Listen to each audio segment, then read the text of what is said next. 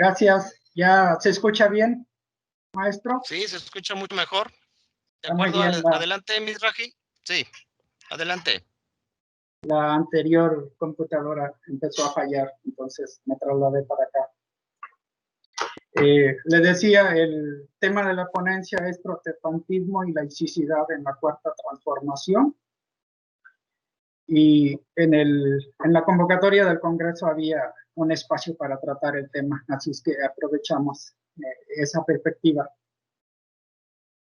A 2 años de la llegada de Andrés Manuel López Obrador a la presidencia de la República, se ha suscitado el debate en torno al Estado laico.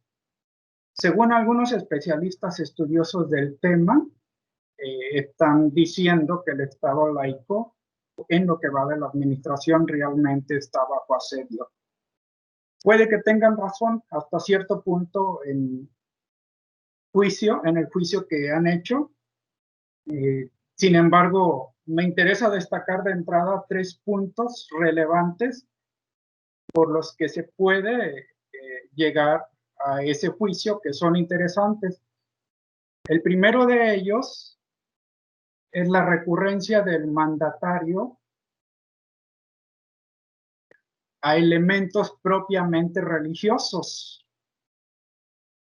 Eso implica una cercanía al protestantismo. El hecho de que el presidente en las mañaneras o en sus presentaciones recurra a insertar textos bíblicos en sus discursos, eso es propiamente un elemento del protestantismo.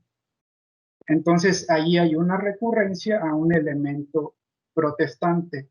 Sin embargo, por el otro lado, el presidente también ha sacado en sus presentaciones algunos amuletos que lo acompañan en su transcurso político. Esa ya no es una característica del protestantismo, eso representa más un sincretismo. Significa más bien que el presidente está asimilando una serie de representaciones y expresiones religiosas a las que él quiere representar en una pluralidad nacional. Entonces, probablemente por ahí hay que buscar esas figuras que el presidente está lanzando al debate público. Otro elemento importante es que el presidente ha mostrado una cercanía a un sector del protestantismo. En especial, ha favorecido a Confraternice, son las siglas. Significa Confraternidad Nacional de Iglesias Cristianas Evangélicas, Confraternice. Es una agrupación de iglesias evangélicas bastante conocida.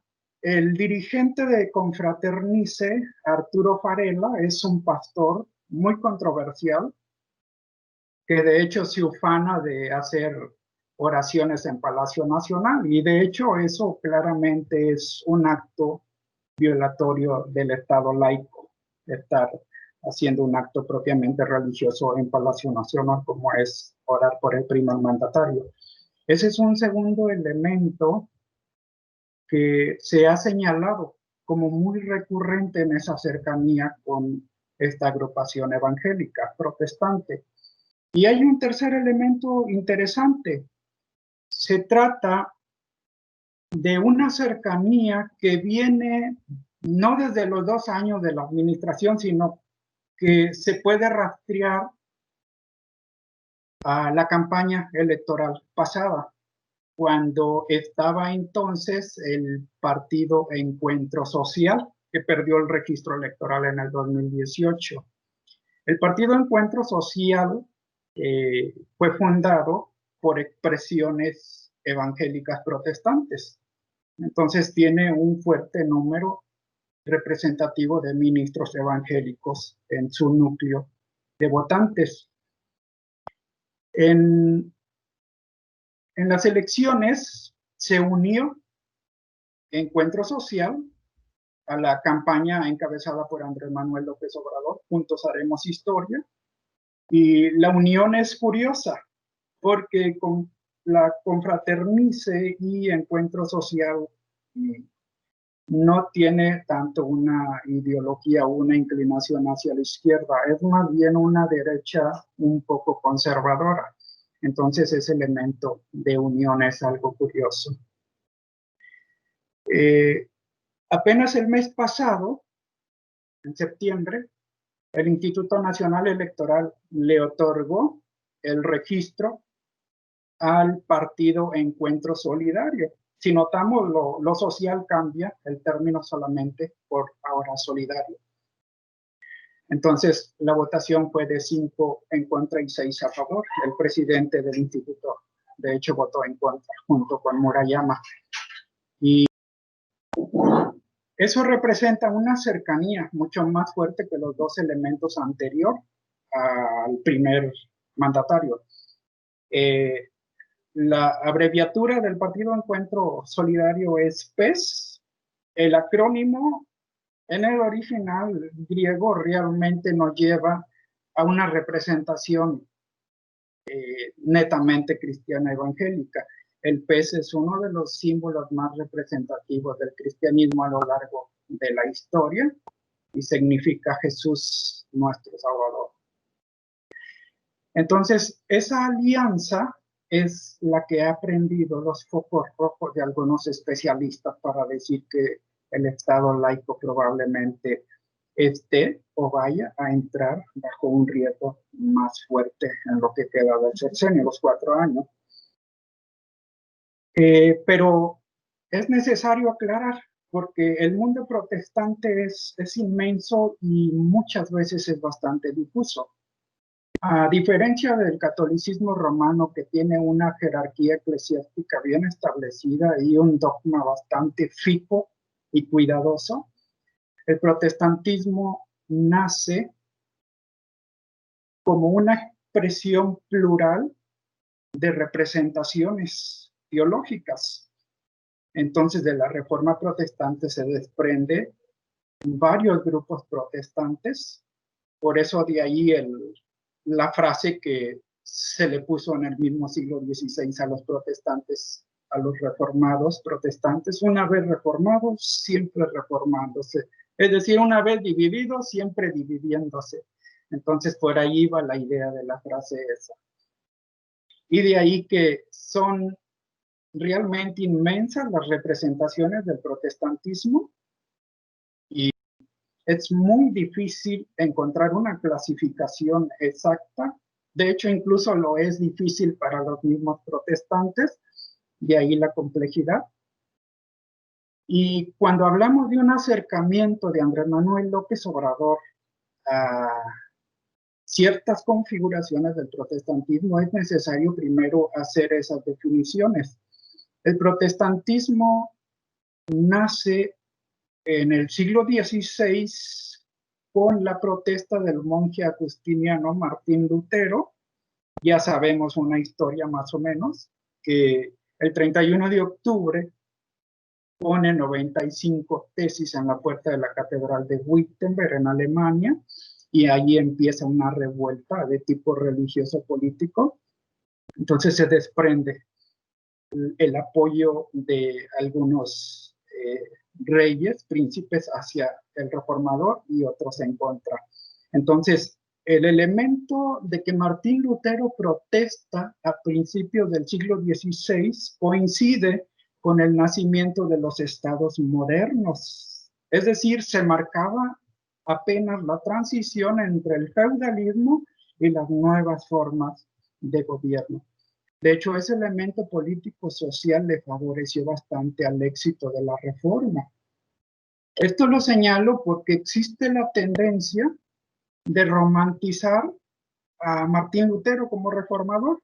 La figura címera de Lutero es enorme en la historia contemporánea, entonces se tiende a embellecer al personaje desconectado de un contexto que realmente lo empujó a esa protesta.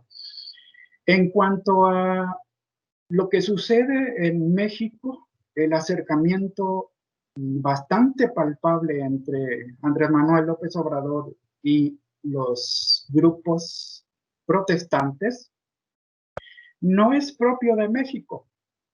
Hay algunos en Latinoamérica bastante recientes, por ejemplo, en Bolivia, el golpe de Estado, si así lo quieren ver algunos, de hecho yo así lo veo, ¿no? Un golpe de Estado respaldado por la derecha ultraconservadora evangélica protestante. De hecho, la señora que asumió la presidencia de Bolivia entró a Palacio con una Biblia y dijo, ahora la Biblia ha regresado a Palacio, que Dios nos bendiga.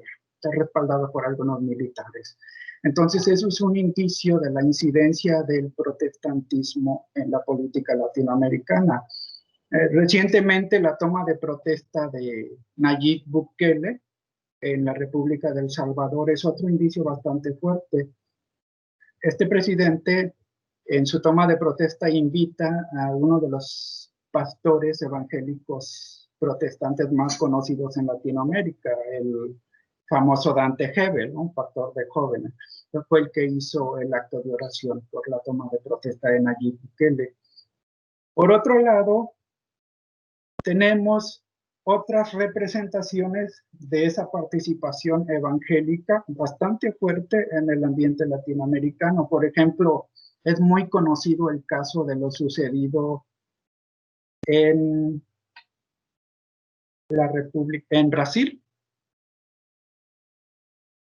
Llama la atención que en Brasil la ultraderecha evangélica se une a la campaña de Bolsonaro y cuando era candidato Bolsonaro fue al río Jordán, donde fue bautizado Jesucristo precisamente hace más de 2000 años, y ahí se bautizó Bolsonaro, haciendo una profesión de fe del tipo protestante.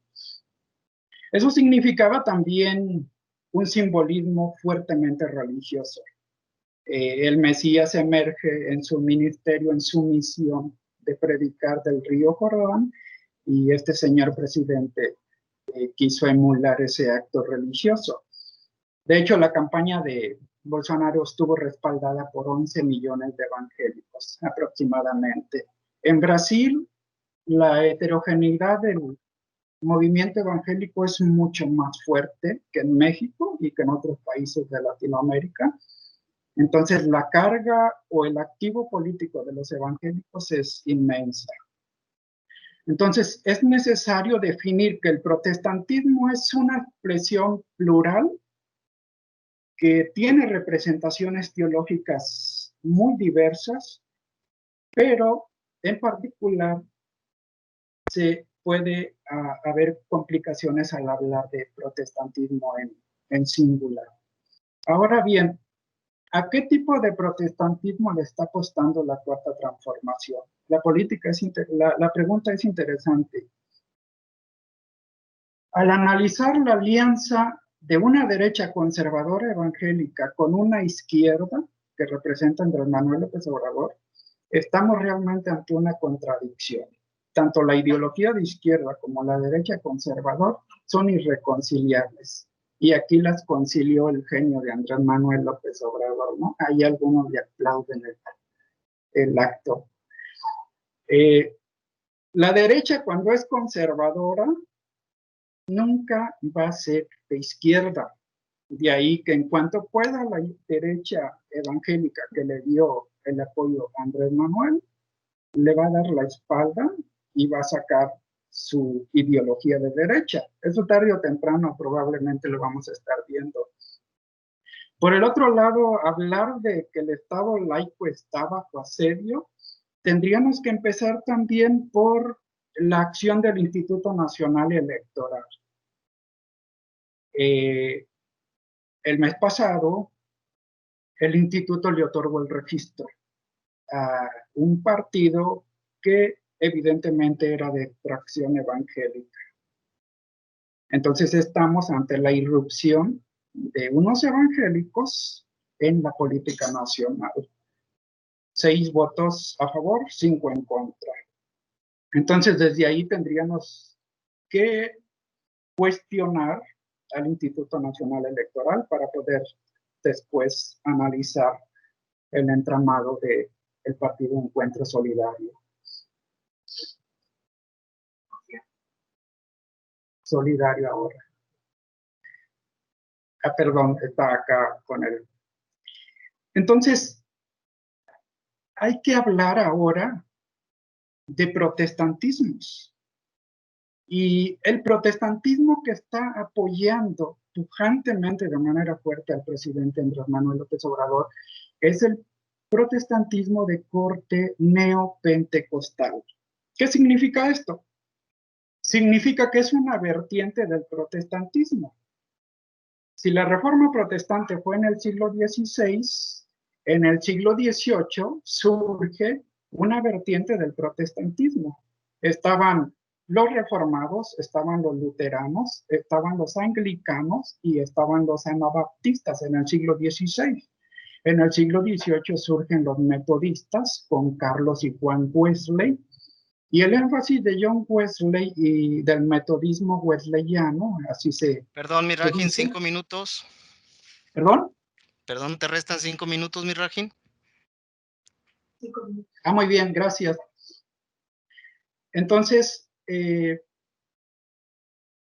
metodismo del siglo XVIII hay una influencia demasiado fuerte al siglo XX. En el siglo XX nace lo que conocemos como pentecostalismo clásico. En 1901, George Ford Parham empezó a predicar el evangelio y surge el pentecostalismo clásico. Para 1906, con William Seymour, se da una renovación de ese pentecostalismo. Ahora, ese pentecostalismo era histórico, tenía mucho que ver con la teología protestante. En los años 70, aproximadamente, en 1970, se da una renovación muy fuerte en la unión de ciertos sectores católicos con el protestante. Entonces surge lo que llamamos como neopentecostalismo. El neopentecostalismo se caracteriza por tener una visión o una estructura tipo empresarial. Normalmente el fundador, el líder religioso, el pastor, es el que diseña todo el organigrama de la institución y esa institución pasa a ser dirigida posteriormente por sus hijos. Es una estructura familiar tipo franquicia, es un modelo empresarial, pero ahora en el formato de iglesia evangélica. Y por tener ese formato bastante heterogéneo, bastante difuso, sin normas o criterios regulados por un ente eclesiástico mayor, hace que las expresiones del neopentecostalismo se conviertan en algo bastante interesante y atrayente. Y a las iglesias se les llama mega iglesias, porque son congregaciones que reúnen arriba de 20,000, 30,000, 40,000. Y en Corea hay un caso del pastor Paul Yong-Hee-Chu que cuenta con arriba de 500,000 miembros en una sola congregación.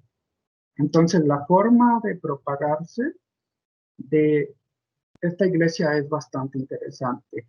Y Andrés Manuel López Obrador está muy cercano a este tipo de expresión pentecostal. El tercero constitucional incluso tiene mucho que ver con estas expresiones porque la educación es laica.